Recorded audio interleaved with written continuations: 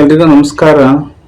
ಪ್ರಿಯ SLC ಓದುತ್ತಿರುವಂಥ ವಿದ್ಯಾರ್ಥಿನಿ ಬಂಧುಗಳೇ, ಇದು ದ್ವಿತೀಯ ಭಾಷೆ ತೆಲುಗನ್ನಡದಲ್ಲಿ ಬರುವಂತಹ ಹಕ್ಕಿಗಳ ನಿಗೂಢ ಜಗತ್ತಿನ ಪಾಠ. ಇದನ್ನು ನಾನು ಇವತ್ತು ಎಕ್ಸ್ಪ್ಲನೇಷನ್ ಕೊಡ್ತೀನಿ, ಇದರ ಅರ್ಥನ ಹೇಳ್ತೀನಿ. ಇದನ್ನು ಬರೆದಂಥವರು ಕೃಪಾಕರ ಮತ್ತು ಸೇನಾನಿ ಅಂತ.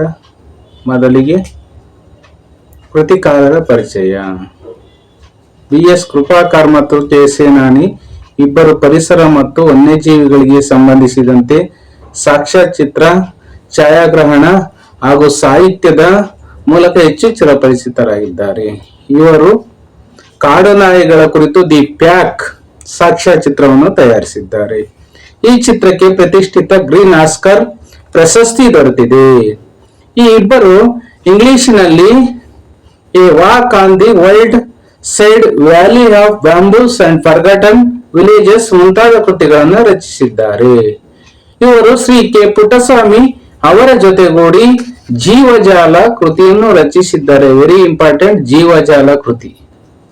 ಪ್ರಸ್ತುತ ಹಕ್ಕಿಗಳ ನಿಗೂಢ ಜಗತ್ತು, ಹಕ್ಕಿಗೂಡುಗಳ ನಿಗೂಢ ಜಗತ್ತು, ಹಕ್ಕಿಗೂಡುಗಳ ನಿಗೂಢ ಜಗತ್ತು ಅಥವಾ ಹಕ್ಕಿಗಳ ನಿಗೂಢ ಜಗತ್ತು ಅಂತಲೂ ಆಗುತ್ತೆ. ಲೇಖನವನ್ನ ಜೀವಜಾಲ ಕೃತಿಯಿಂದ ಆರಿಸಿದವಾಗ ಜೀವಜಾಲ. ಬನ್ನಿ, ಹಕ್ಕಿಗಳ ನಿಗೂಢ ಜಗತ್ತು, ಕೆ ಪುಟ್ಟಸ್ವಾಮಿ, ಕೃಪಾಕರ ಮತ್ತು ಸೇನಾನಿ ಅವರು. ನಾವು ಪಾಠ ಪ್ರವೇಶಕ್ಕೆ ಬಂದಾಗ ನಮ್ಮ ಸುತ್ತಮುತ್ತಲಿನ ಪರಿಸರದಲ್ಲಿ ಅನೇಕ ನಿಗೂಢ ಸಂಗತಿಗಳಿರ್ತವೆ. ನಿಗೂಢ ಅಂದ್ರೆ ರಹಸ್ಯ, ಗುಟ್ಟು, ಸೀಕ್ರೆಟ್ ಅಂತೀವಲ್ಲ ಅದು. ಪ್ರಾಣಿ ಪಕ್ಷಿಗಳು ಮಾನವನನ್ನು ನಿದ್ದೆರೆಗಾಗಿಸುವಂತೆ ಜೀವನ ನಡೆಸುತ್ತಿರುತ್ತವೆ. ಬುದ್ಧಿವಂತ ಮಾನವ ಅವುಗಳ ಜೀವನ ಕ್ರಮವನ್ನು ಅಧ್ಯಯನ ಮಾಡಿ ತನ್ನ ಬದುಕನ್ನು ಸುಂದರವಾಗಿಸಿಕೊಳ್ಳುವ ಪ್ರಯತ್ನ ಮಾಡುತ್ತಲೇ ಬಂದಿದ್ದಾನೆ. ಇಂದು ಪರಿಸರ ಅಧ್ಯಯನ ಮತ್ತು ಸಾಹಿತ್ಯ ಕನ್ನಡ ಸಾಹಿತ್ಯದಲ್ಲಿ ವಿಶಿಷ್ಟ ಪ್ರಕಾರವಾಗಿ ಬೆಳೆಯುತ್ತಿದೆ.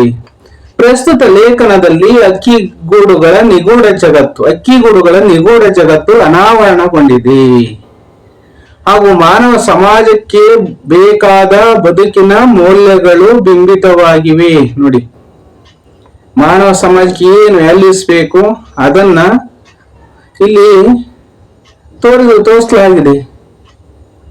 ಬನ್ನಿ ಪಾಠಕ್ಕೆ ಹೋಗೋಣ. ಅದಕ್ಕೆ ನಮ್ಮ YouTube channel Viju smart 19 subscribe ಮಾಡ್ಕೊಳ್ಳಿ ವೀಕ್ಷಕರೇ ಹಾಗೂ ವಿದ್ಯಾರ್ಥಿನಿ ಮಿತ್ರರೇ. ವಂಶಾಭಿವೃದ್ಧಿ ಎಲ್ಲಾ ಜೀವಿಗಳಲ್ಲೂ ಸಾಮಾನ್ಯವಾಗಿ ಕಂಡುಬರುವ ಸಹಜ ಪ್ರವೃತ್ತಿ. ಪ್ರತಿ ಜೀವಿಯ ಸಂತಾನಾಭಿವೃದ್ಧಿ ಕಾರ್ಯ ಅಪ್ರಜ್ಞಾಪೂರ್ವಕವಾಗಿ ನಡೆದ ಕ್ರಿಯೆಯಂತೆ ನಮಗೆ ಕಂಡದ್ದು. ಅದರ ಹಿಂದೆ ಲಕ್ಷಾಂತರ ವರ್ಷಗಳಿಂದ ನಡೆದಿರುವ ಪ್ರಯೋಗಗಳ ಫಲಶ್ರುತಿ ಇದೆ. ವಿಕಾಸ ಪಥದ ಚರಿತ್ರೆ ಕ್ರೋಢೀಕರಣಗೊಂಡಿದೆ. ನೋಡಿ, ವಂಶಾಭಿವೃದ್ಧಿ ಎಲ್ಲಾ ಜೀವಿಗಳಲ್ಲೂ, ಲಿವಿಂಗ್ ಥಿಂಗ್ಸ್ ಎಲ್ಲಾ ಜೀವಿಗಳಲ್ಲೂ ಸಹ ವಂಶಾಭಿವೃದ್ಧಿ ನಡೀತಲೇ ಇರುತ್ತೆ. ಅದರಲ್ಲೂ ಸಹ ಪ್ರಾಣಿಗಳಲ್ಲಿ ಮುಖ್ಯವಾಗಿ ಮರಿಗಳನ್ನ ಹಾಕೋದು, ವಂಶವನ್ನು ಬೆಳೆಸ್ಕೋತವೆ. ಆದ್ರೆ ಪಕ್ಷಿಗಳು ಮೊಟ್ಟೆ ಇಟ್ಟು ಮರಿ ಮಾಡಿ ವಂಶವನ್ನು ಬೆಳೆಸ್ಕೋತವೆ. ಕಂಡು ಬರುವಂತ ಸಹಜ ಪ್ರವೃತ್ತಿಯಾಗಿದೆ. ಪ್ರತಿ ಜೀವಿಯ ಸಂತಾನಾಭಿವೃದ್ಧಿ ಕಾರ್ಯ ಅಪ್ರಜ್ಞಾಪೂರ್ವಕವಾಗಿ ನಡೆದ ಕ್ರಿಯೆ ಅಂತ ನಮಗೆ ಕಂಡರು. ಪ್ರಜ್ಞಾಪೂರ್ವಕ ಬೇಕಾಬಿಟ್ಟಿ ಕಂಡ್ರೂ ಸಹ ಹಿಂದೆ ಲಕ್ಷಾಂತರ ವರ್ಷಗಳಿಂದ ನಡೆದಿರೋ ಪ್ರಯೋಗ, ಎಕ್ಸ್ಪೆರಿಮೆಂಟ್ಗಳ ಫಲಶ್ರುತಿ ಇದೆ. ಇದರ ಫಲ ನಮಗೆ ಸಿಕ್ಕಿದೆ. ವಿಕಾಸ ಪಥ ಅಂದ್ರೆ ಅಭಿವೃದ್ಧಿಯ ಪಥ, ಬೆಳವಣಿಗೆಯ ದಾರಿ. ಪಥ ಅಂದ್ರೆ ದಾರಿ ಅಂತ, ಚರಿತ್ರೆ ಅಂದ್ರೆ ಹಿಸ್ಟ್ರಿ, ಇತಿಹಾಸ ಕ್ರೋಢೀಕರಣಗೊಂಡಿದೆ, ಅನಾವರಣಗೊಂಡಿದೆ ಅಂತ ಹೇಳ್ತಾ ಇದ್ದಾರೆ. ಮುಂದೆ ಬಂದಾಗ ಕೋಟ್ಯಾಂತರ ವರ್ಷಗಳ ವಿಕಾಸ ಕ್ರಿಯೆಯಲ್ಲಿ ಬೆನ್ನು ಮೂಳೆ ಪ್ರಾಣಿಗಳು ಈ ಎರಡು ವಿರುದ್ಧ ದಿಕ್ಕಿನಲ್ಲಿ ಸಂತಾನೋತ್ಪತ್ತಿ ಮಾಡುತ್ತಾ ಸಾಗಿವೆ.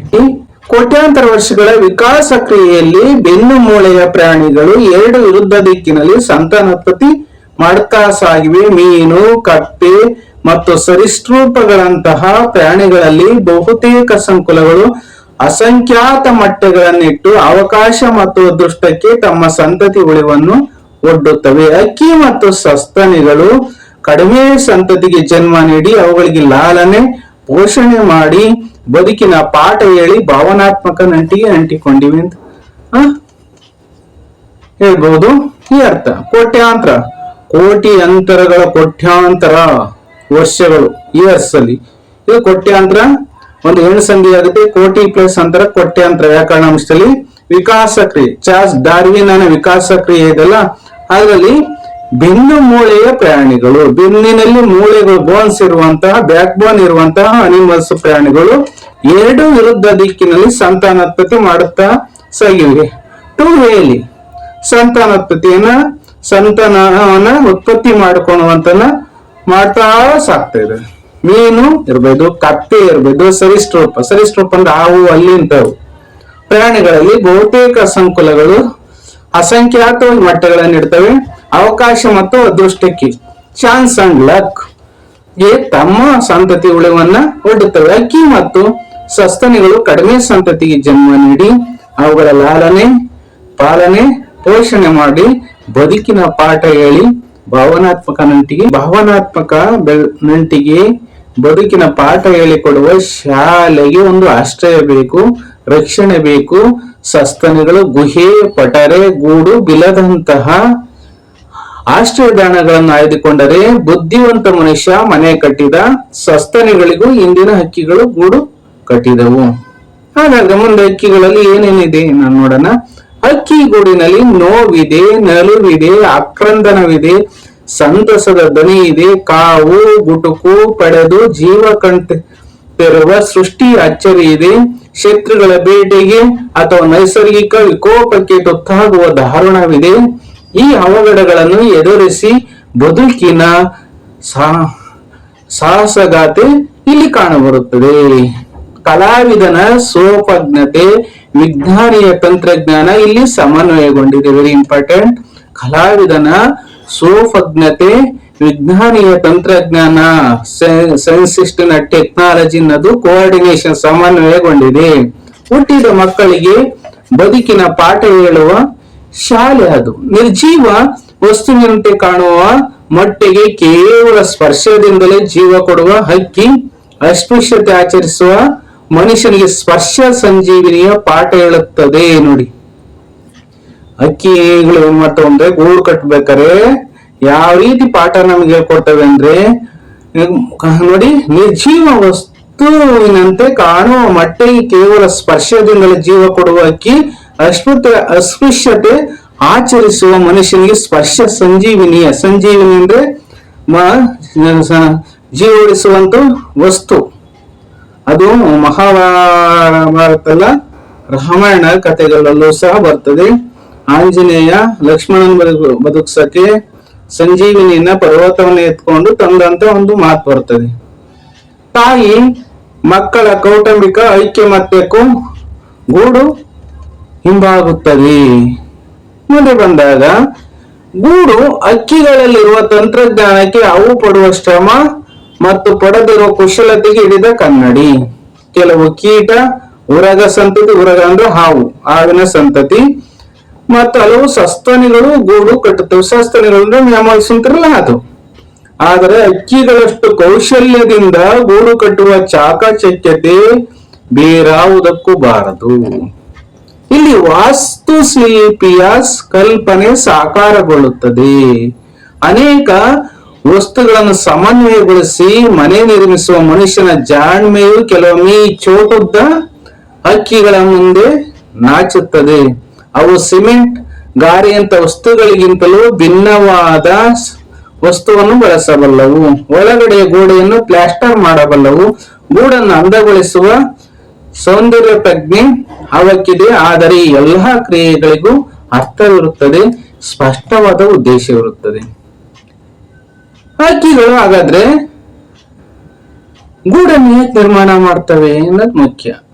ನೋಡಂತ ತಿಳ್ಕೊಳ್ಳೋಣ. ಹಕ್ಕಿಗಳು ಗೂಡನ್ನು ನಿರ್ಮಿಸುವುದು ಮುಖ್ಯವಾಗಿ ರಕ್ಷಣೆಗಾಗಿ. ನಾವು ಮನೇಲಿ ಹೇಗೆ ವಾಸ ಮಾಡ್ತೀವಿ, ನಮ್ಮ ರಕ್ಷಣೆಗಾಗಿ ಹಕ್ಕಿಗಳು ಸಹ ಗೂಡನ್ನು ನಿರ್ಮಿಸುವ ಒಂದು ಉದ್ದೇಶ ಏನಪ್ಪ ಅಂದ್ರೆ ಪ್ರಧಾನವಾಗಿ ಮುಖ್ಯವಾಗಿ ಪ್ರೊಟೆಕ್ಷನ್, ರಕ್ಷಣೆಗಾಗಿ. ಶೀತ, ಗಾಳಿ, ಬಿರುಗಾಳಿ, ಮಳೆ, ಪ್ರವಾಹಗಳ ವಿರುದ್ಧ ಬದುಕಲು ಅವುಗಳಿಗೆ ಗೂಡು ಬೇಕು.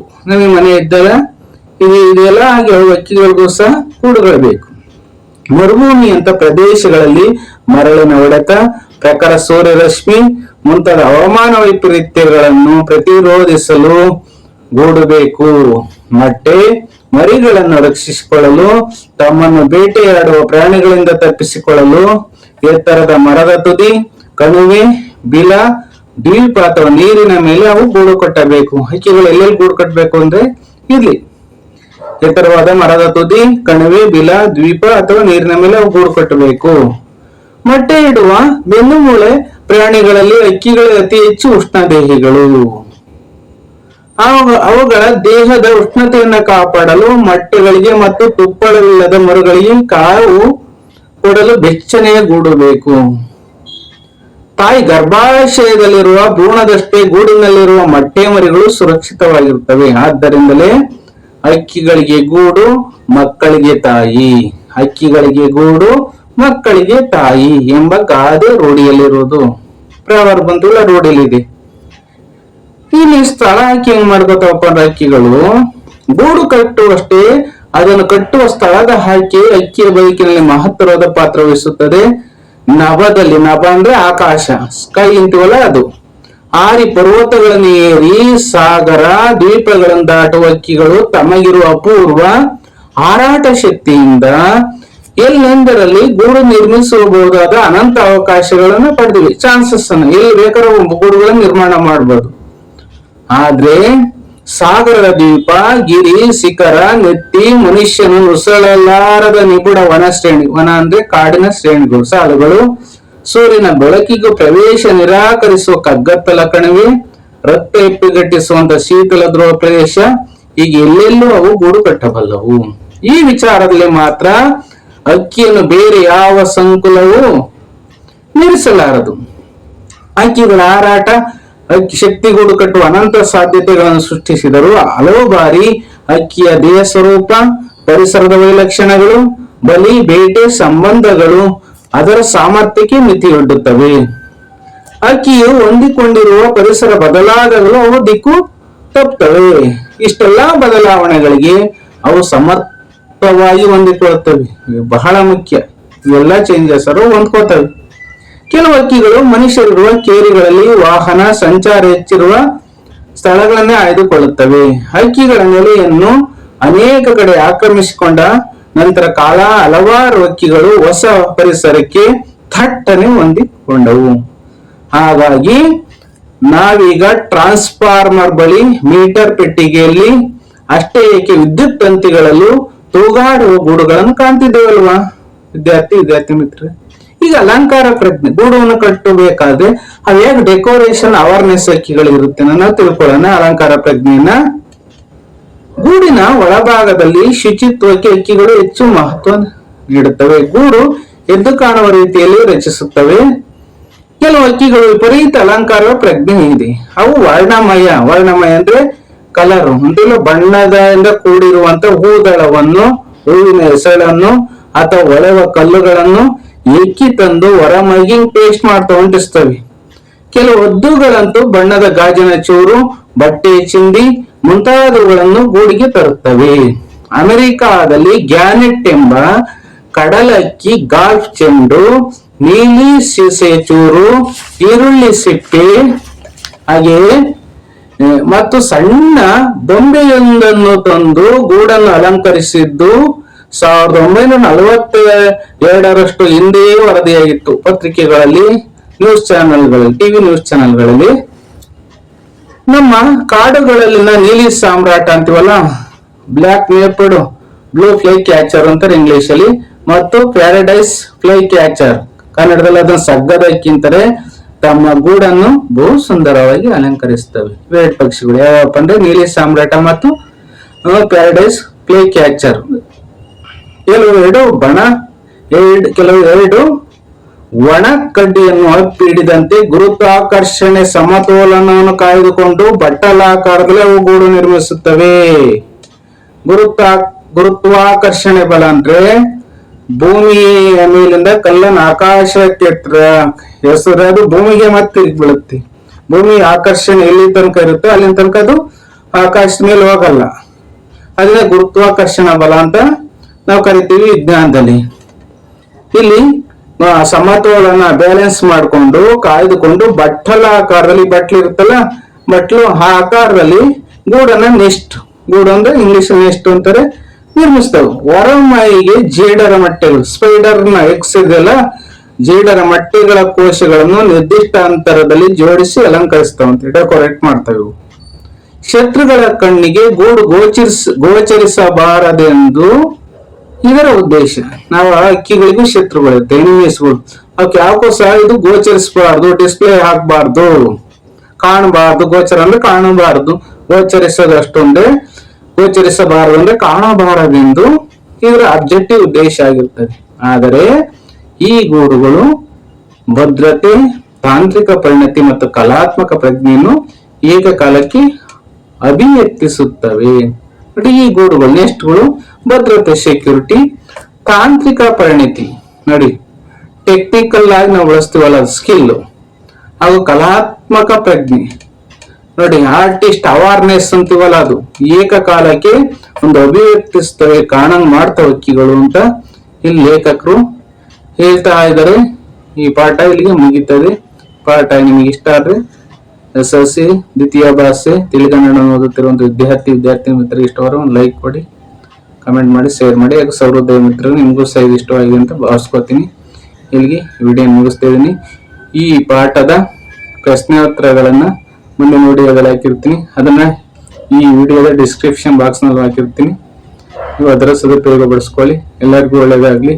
ಸರ್ವೇ ಜನ ಸುಖಿನೋ ಭವಂತು. ನಮಸ್ಕಾರ, ಧನ್ಯವಾದಗಳು.